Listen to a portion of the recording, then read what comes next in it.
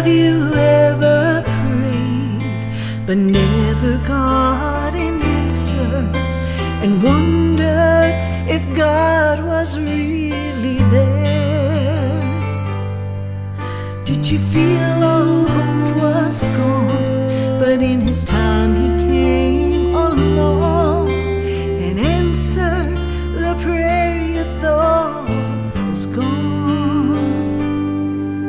There is no prayer too small, for God hears them all. The answer may not be just what you want, but He always knows what's right, even when we think it's wrong. Just remember, there is no prayer too small.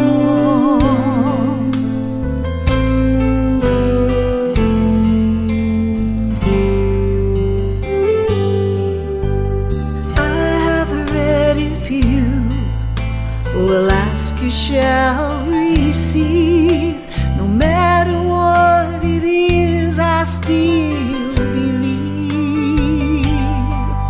There is no prayer too small, and even when we fall, He gives us just exactly what we need.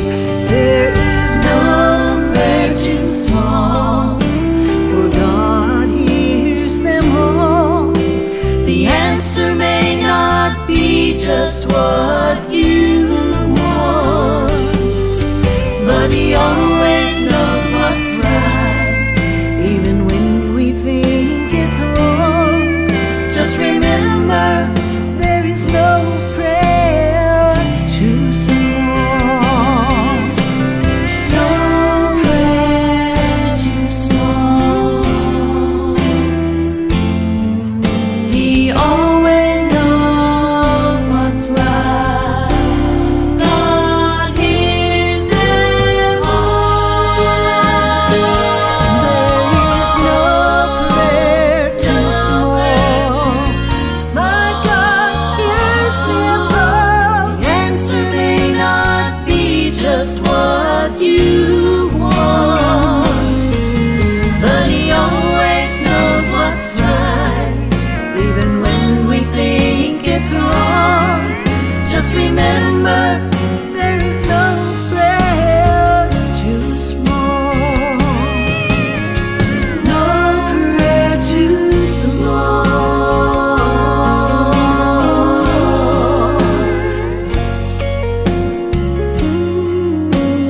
No prayer too small.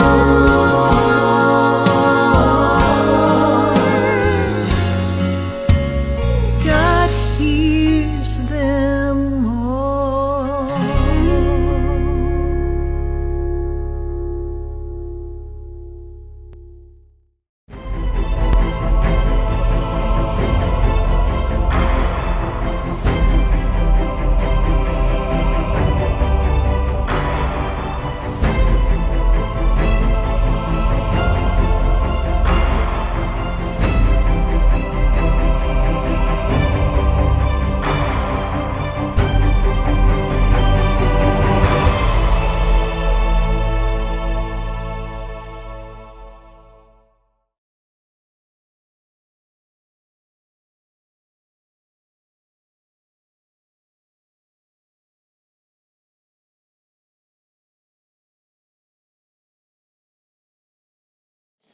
Hello, my name is Ralf Friedrichs. I'm an addiction recovery coach and the host of the Take Your Life Back Today show.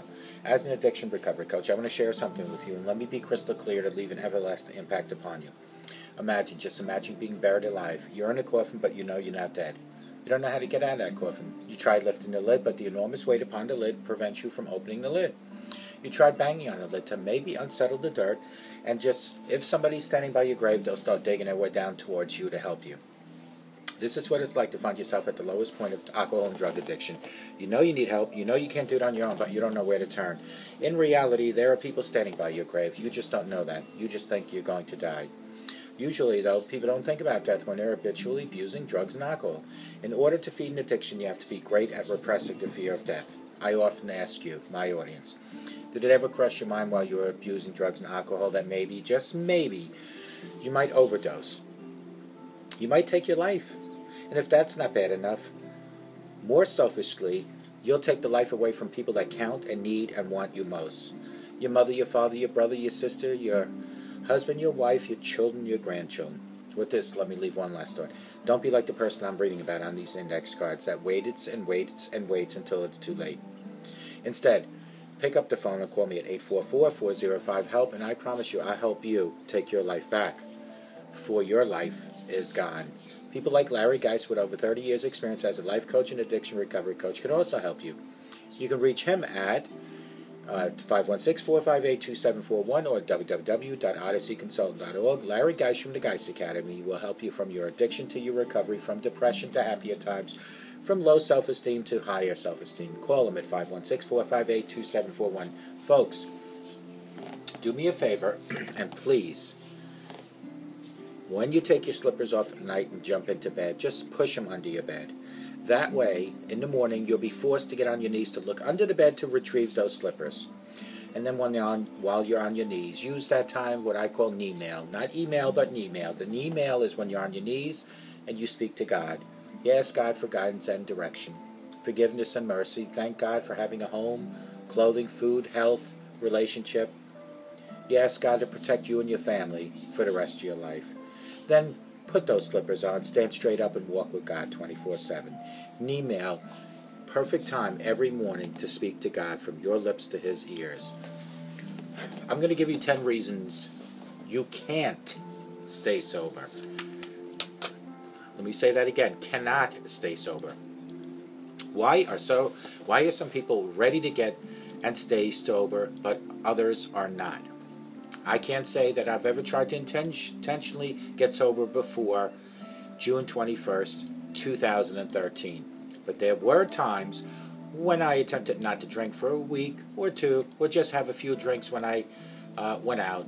But it obviously didn't work. Some problem drinkers return to drinking several times, even after having an extended period of time living a sober life. What causes these relapses? Why are there some people ready to get and stay sober, but others cannot? There are plenty of reasons why sobriety might not stick the first time around, but here are 10 reasons you cannot stay sober. First one is FOMO. That's F-O-M-O, fear of missing out. This is one of the main reasons I continued to drink for so long, despite knowing that it was detrimental to my life. I was afraid that every party night out at a bar or concert I missed was me missing out on a good time because everybody was getting drunk and I wanted to be part of that. I thought that's the only way I could have a good time. I heard countless stories of people who returned to using because it's just to get over the fear of missing out. Number 2 is the why me syndrome. It's not unusual to have perpetual why me syndrome when getting sober. I constantly wallowed in self-pity, asking myself why I was one who couldn't drink normally. Why did I have to be an alcoholic? Why do I have to be the one who misses out on all the fun and drinking with friends? Sometimes these thoughts can weigh you down so heavily that it causes you to drink again. Many people try to prove that they are not the odd one out and that they don't have to be subjected to life without alcohol. Sobriety requires you accept the life is the way it is, and drinking isn't part of that life, and it's not even an option. Number 3, you haven't been in enough pain. This is a big one. In active addiction, we experience intense levels of pain, and sometimes we don't understand how much pain we've been until we find recovery and reflect back on it.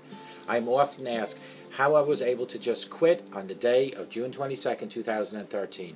My answer is always the same. The pain was too great. I was truly experienced my moment of clarity, and I knew I could not go on living how I've been living with the fact of drinking. I was spiritually, emotionally, and physically broken down. The pain was so great that I finally had to change my ways. If your pain is still manageable, you might not be ready for sobriety yet. Number 4, you still believe you can drink in moderation. Obviously, if you believe you can drink moderately, sobriety is in the cards for you at this particular moment.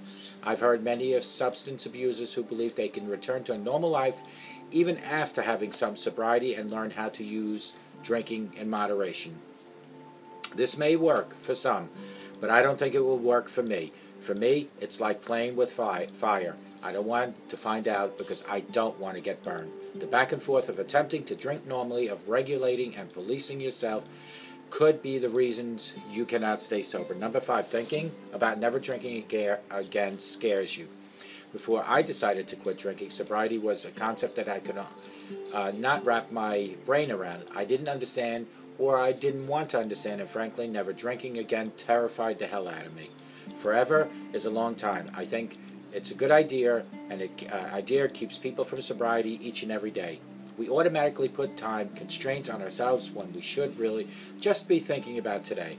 One of the most well-known sayings in sobriety is, one day at a time, and that is true. We only have today. When I stopped drinking, I honestly didn't know how long it would last, but I just kept going. One more day, and here we are probably at over 1,000 days already. Number 6, you are physically addicted. This can be a serious issue. If you are physically addicted to alcohol or other drugs, it can keep you sick for a very long time, and it's a vicious cycle of using, and you will never end not using. That's why it's so important to understand the debilitating effects drugs can have on your body. If using drugs is allowing you to get through everyday life on a physical level, something is wrong. You do not have to live that way. There are treatment programs, professionals who can help you become free of these substances. Number 7 is you feel unworthy. Addiction can break us down and tear us apart. I know when I was at my worst, I felt unworthy at my core. I felt unworthy of love, help, recovery, etc. It's not unusual to feel that way, and you don't deserve to have a life that way. But it's very imperative that you know that this is untrue and can be result of being your brain being affected by your addiction. It took a year for me to truly believe I was worthy of a better life and to really feel that recovery was for me after I hit rock bottom. Number 8, lack of tools. When I was actively drinking, my toolbox consists of one thing, alcohol. Whether I was happy, sad, angry, or celebrating, alcohol was my go-to coping mechanism. It helped me numb my emotion I was feeling. In recovery, I've had the opportunity to learn new, healthy coping skills that work. When we try sobriety, but we don't yet have these new skills, it's possible that in our eyes, returning to use is our only option. But sobriety can offer you a way to deal with life on life's terms without drinking or using. It is possible to stay sober through anything. Number 9, unrealistic expectations. It would be silly for us to think sobriety will solve all our problems. It's absolutely never going to happen that way. But when we are lacking hope about life in general, it is unusual to set some unrealistic expectations of how life will be in recovery. If we do this, we can become disappointed when life doesn't go our way. Staying sober with this mindset is difficult. It is important that we understand that life is still going to happen when we feel the pain, anger, and most sadness. But we aren't and won't have to deal with it with a bottle. Number 10, you're not ready for sobriety. Sobriety takes addiction and work, and it's a dedication that you have to stick with your addiction and a lot of work. It's a lifelong process that sometimes takes years to understand and sustain. If you can't stay sober, it may mean that you're just not ready, that you haven't hit rock bottom yet, folks. But it doesn't mean that you should stop trying. When you become ready and willing, sobriety is out there for anyone to take a grasp. I recommend you keep reaching for it, no matter how many times it takes to stick in your mind.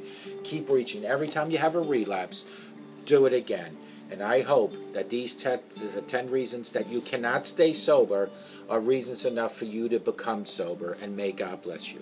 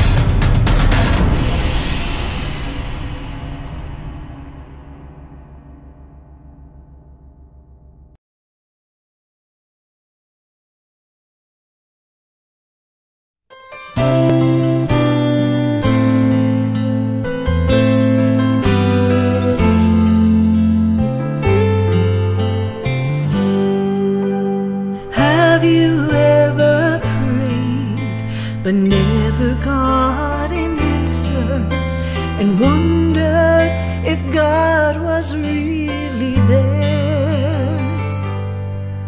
Did you feel all hope was gone, but in His time He came along and answered the prayer you thought was gone? There is no prayer too small, for God hears them all. The answer may not be just what you want, but He always knows what's right, even when we think it's wrong. Just remember, there is no prayer too small.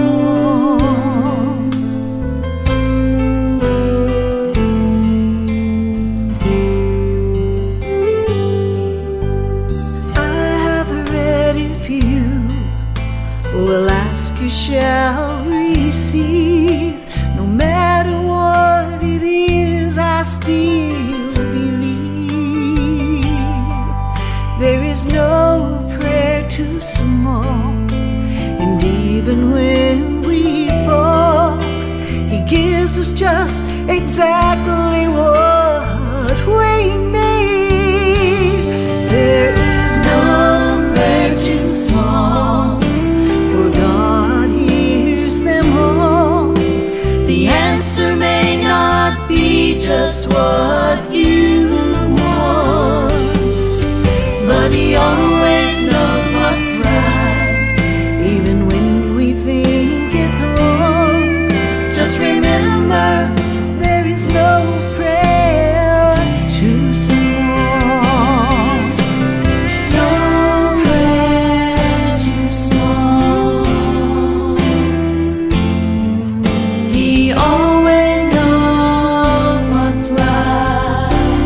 God hears them all. There is no prayer too small. My God hears them all. The answer may not be just what you want, but He always knows what's right, even when we think it's wrong. Just remember, there is no